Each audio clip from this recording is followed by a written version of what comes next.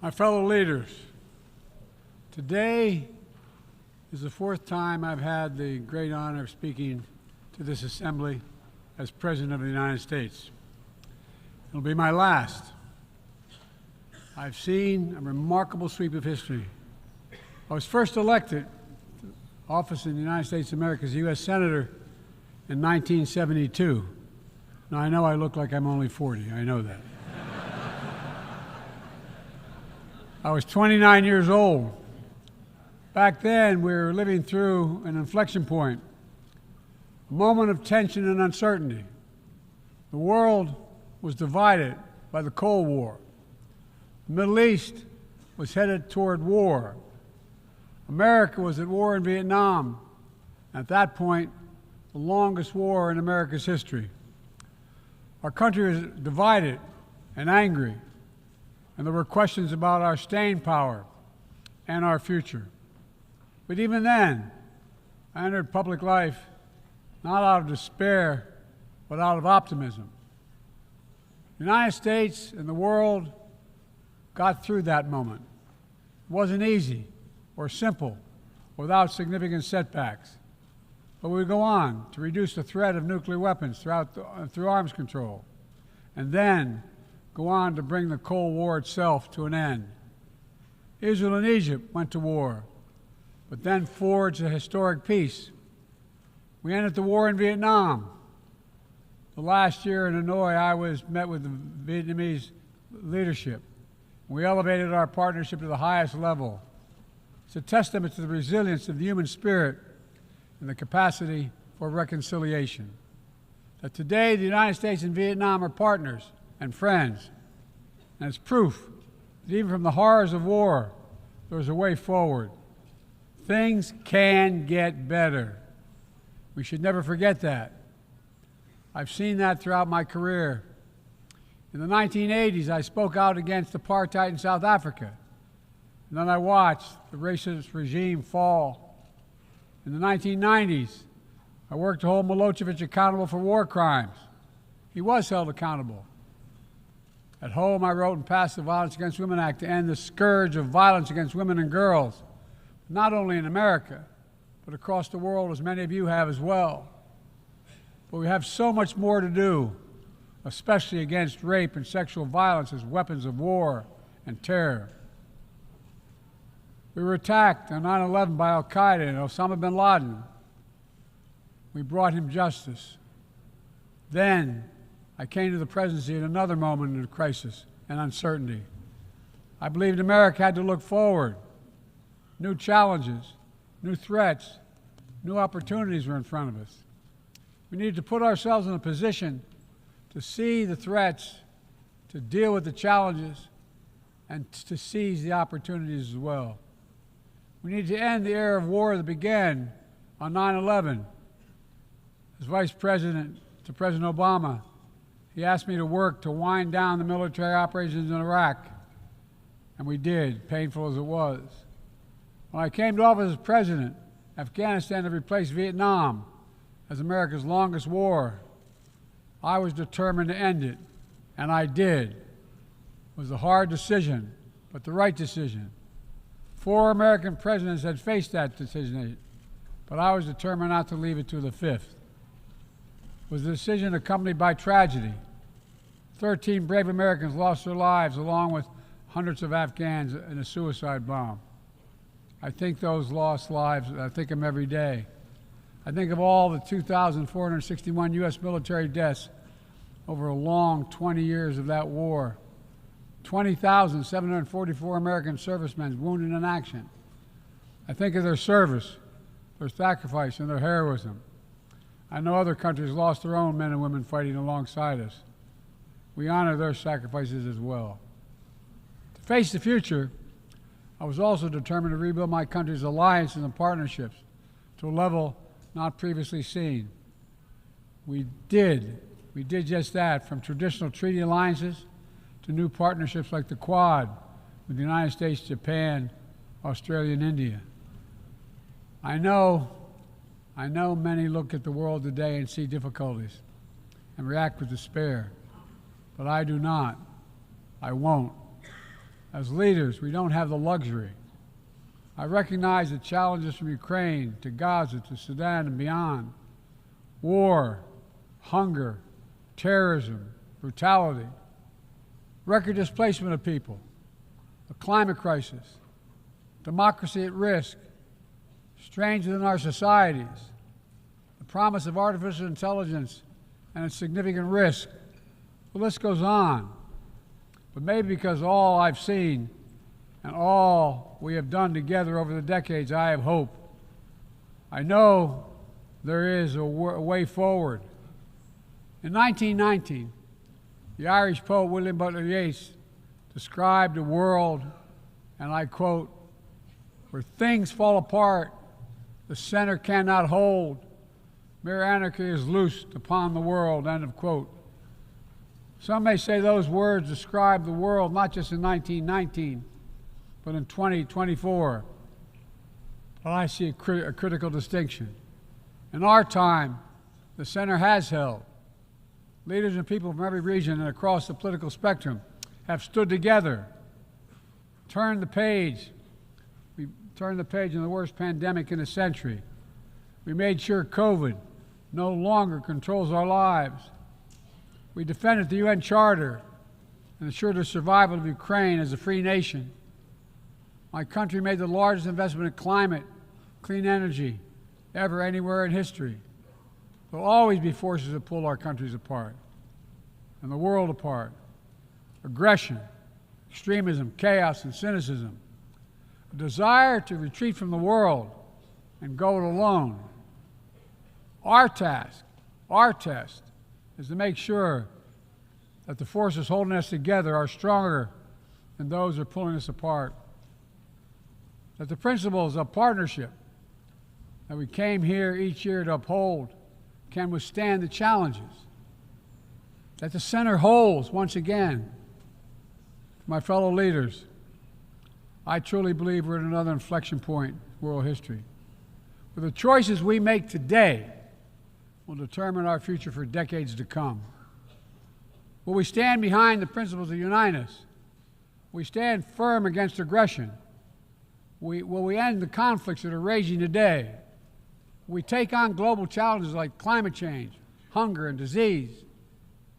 Will we plan now for the opportunities and risk of a revolutionary new technologies? I want to talk today about each of these decisions and the actions, in my view, we must take. To start, each of us in this body has made a commitment to the principles of the UN Charter to stand up against aggression. When Russia invaded Ukraine, we could have stood by and merely protested. But Vice President Harris and I understood that that was an assault on everything this institution was supposed to stand for. And so, in my direction, America stepped into the breach, providing massive security and economic and humanitarian assistance. Our NATO allies and partners in 50-plus nations stood up as well. But most importantly, the Ukrainian people stood up. I asked the people of this chamber to stand up for them. The good news is Putin's war has failed and at his core aim. He set out to destroy Ukraine, but Ukraine is still free. He set out to weaken NATO, but NATO is bigger, stronger, and more united than ever before, with 2 new members, Finland and Sweden. But we cannot let up. The world now has another choice to make. Will we sustain our support to help Ukraine win this war and preserve its freedom, or walk away and let aggression be renewed and a nation be destroyed? I know my answer. We cannot grow weary. We cannot look away. And we will not let up on our support for Ukraine, not until Ukraine wins a just and durable peace in the UN Charter.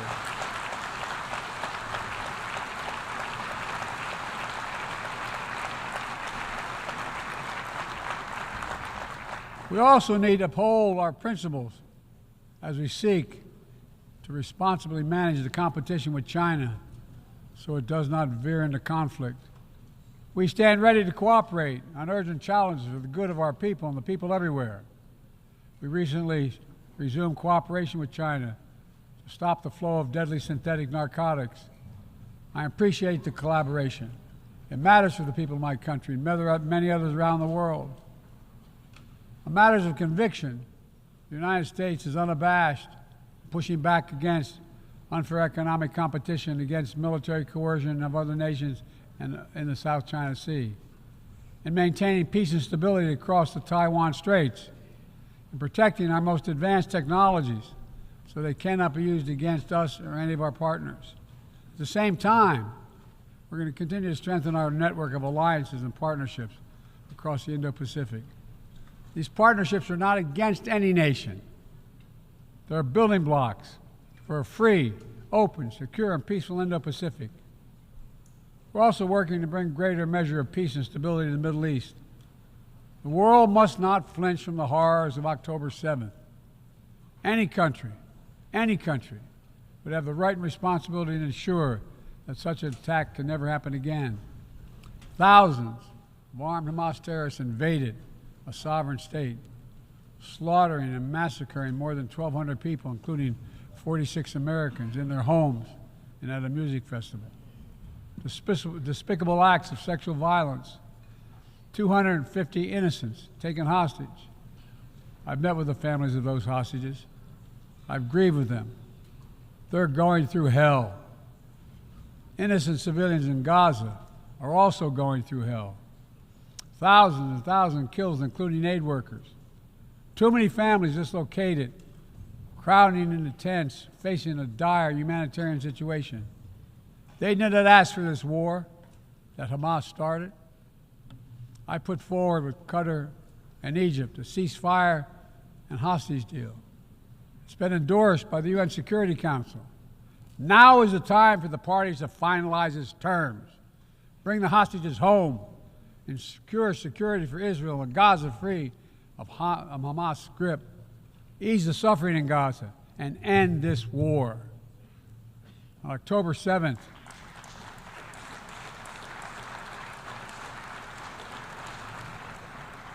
since October 7th, we've also been determined to prevent a wider war that engulfs the entire region. Hezbollah, unprovoked, joined the October 7th attack, launching rockets into Israel. Almost a year later, too many on each side of the Israeli-Lebanon border remain displaced. A full-scale war is not in anyone's interest. Even if the situation has escalated, a diplomatic solution is still possible. In fact, it remains the only path to lasting security to allow the residents from both countries to return to their homes and the border safely. And that's what we're working tirelessly to achieve. As we look ahead, we must also address the rise of violence against innocent Palestinians on the West Bank and set the conditions for a better future, including a two-state solution where Israel enjoys security and peace and full recognition and normalized relations with all its neighbors, where Palestinians live in security, dignity, and self-determination in a state of their own.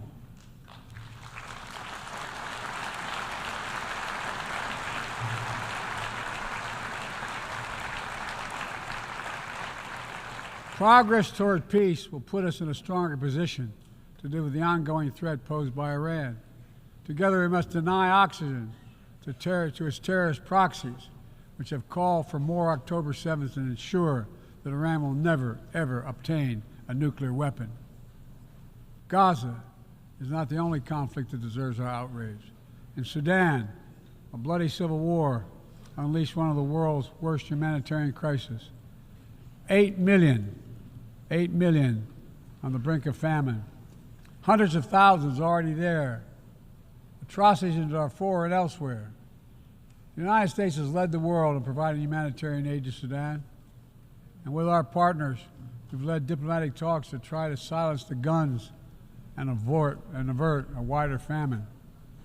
The world needs to stop arming the generals, to speak with one voice and tell them, stop tearing your country apart, stop blocking aid to the Sudanese people, end this war now.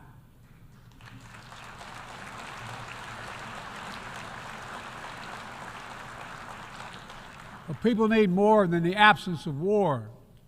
They need a chance to live in dignity. They need to be protected from the ravages of climate change, hunger, and disease. Our administration has invested over $150 billion to make progress and other sustainable development goals. It includes $20 billion for food security, over $50 billion for global health. We've mobilized billions more in private sector investment. We've taken the most ambitious climate action in history. We've moved to rejoin the Paris Agreement on day one. And today, my country is finally on track to cut emissions in half by 2030. On track to honor my pledge to quadruple climate financing to developing nations with $11 billion thus far this year. We've rejoined the World Health Organization, donating nearly 700 million doses of COVID vaccine to 117 countries. We must now move quickly to face Mpox outbreak in Africa. We're prepared to commit $500 million to help African countries prevent and respond to Mpox and to donate 1 million doses of Mpox vaccine now.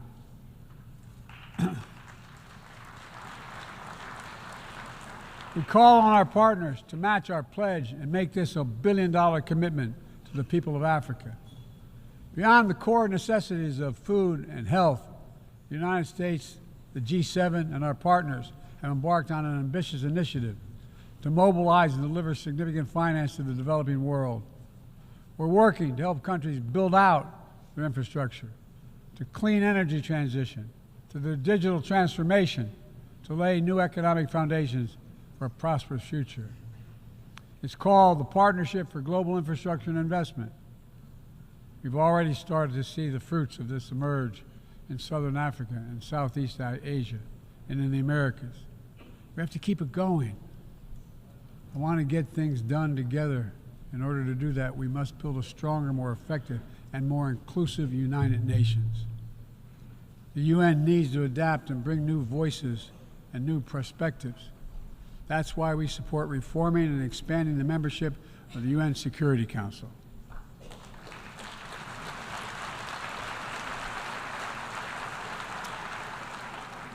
Our UN ambassador just laid out our detailed vision to reflect today's world, not yesterday's. It's time to move forward. The Security Council, like the UN itself, needs to go back to the job of making peace, of brokering deals to end wars and suffering.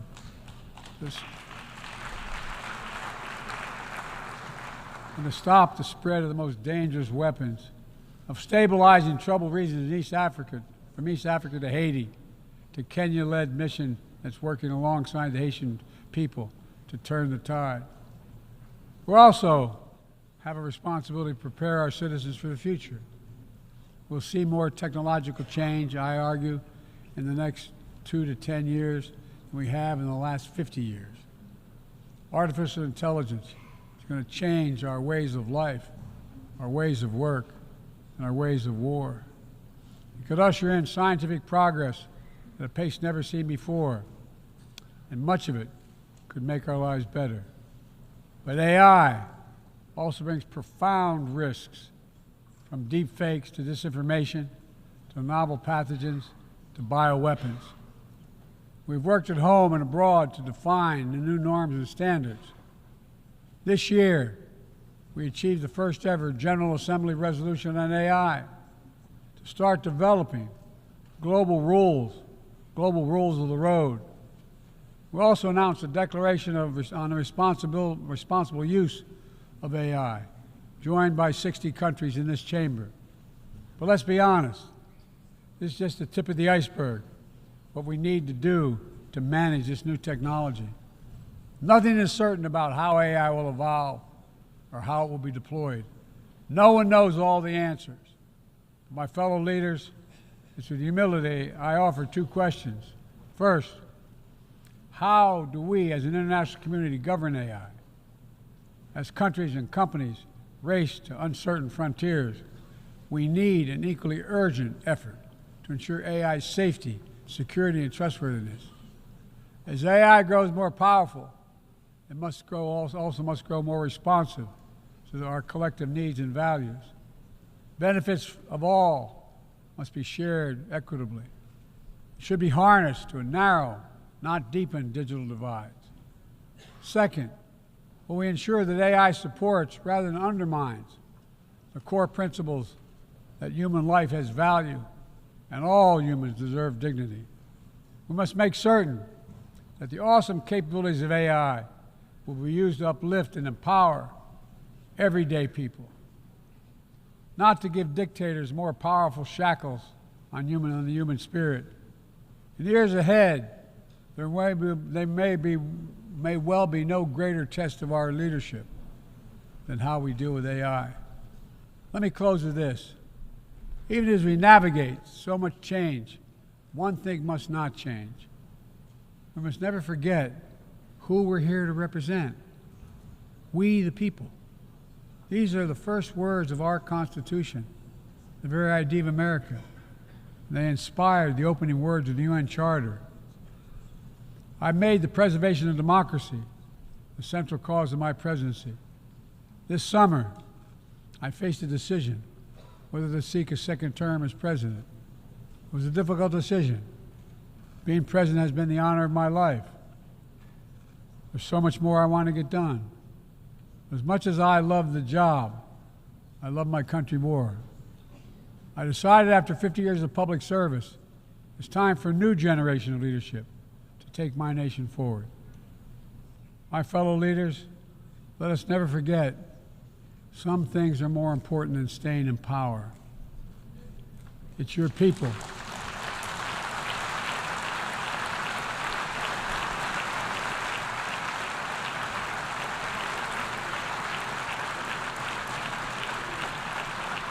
It's your people that matter the most. Never forget, we are here to serve the people, not the other way around.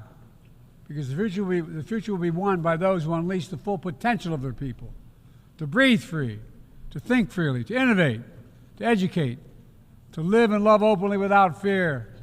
That's the soul of democracy. It does not belong to any one country. I've seen it all around the world, and the brave men and women who ended apartheid, brought down the Berlin Wall, fight today for freedom and justice and dignity. We saw it, that universal yearning for rights and freedom in Venezuela, where millions cast their vote for change that hadn't been recognized. But it can't be denied. The world knows the truth. We saw it in Uganda, LGBT activists demanding safety and recognition of their common humanity. We see it in citizens across the world peacefully choosing their future. From Ghana to India to South Korea, nations representing 1/4 of humanity who will hold elections this year alone. It's remarkable, the power of we the people, that makes me more optimistic about the future than I've ever been. Since I was first elected to the United States Senate in 1972, every age faces its challenges. I saw it as a young man. I see it today. But we are stronger than we think. We're stronger together than alone.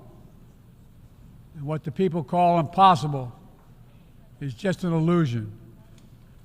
Nelson Mandela taught us, and I quote, "It always seems impossible until it's done." It always seems impossible until it's done. My fellow leaders, there is nothing that's beyond our capacity if we work together. Let's work together.